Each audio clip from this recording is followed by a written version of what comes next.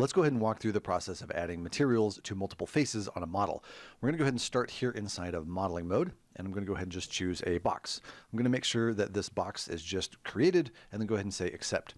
I do want to know where this is going because we're going to need it here in a moment. It's real easy. Go ahead and just select the object, hit Control B, and you'll be able to find it right here. Let's go ahead and open this up just to prove a point, and you can see that we only have one material slot. So we're going to go ahead and add materials to a few of the faces here on this object.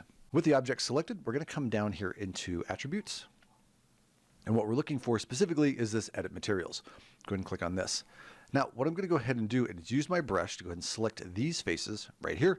Now what I want to go ahead and do is add in a new material slot. We're going to go ahead and do that by clicking on this button right here.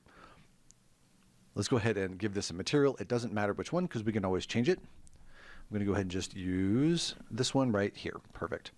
Now what I want to go ahead and do is with these selected and this little guy right here, we're going to go ahead and change the active material. So we'll go ahead and change it to that material slot 1, like so.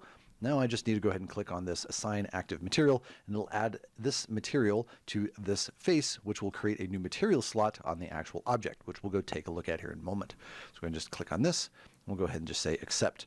So now we have two materials.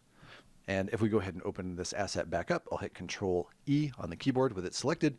We can see that we now have two material slots. So now you know how to go ahead and add new material slots to different faces on an object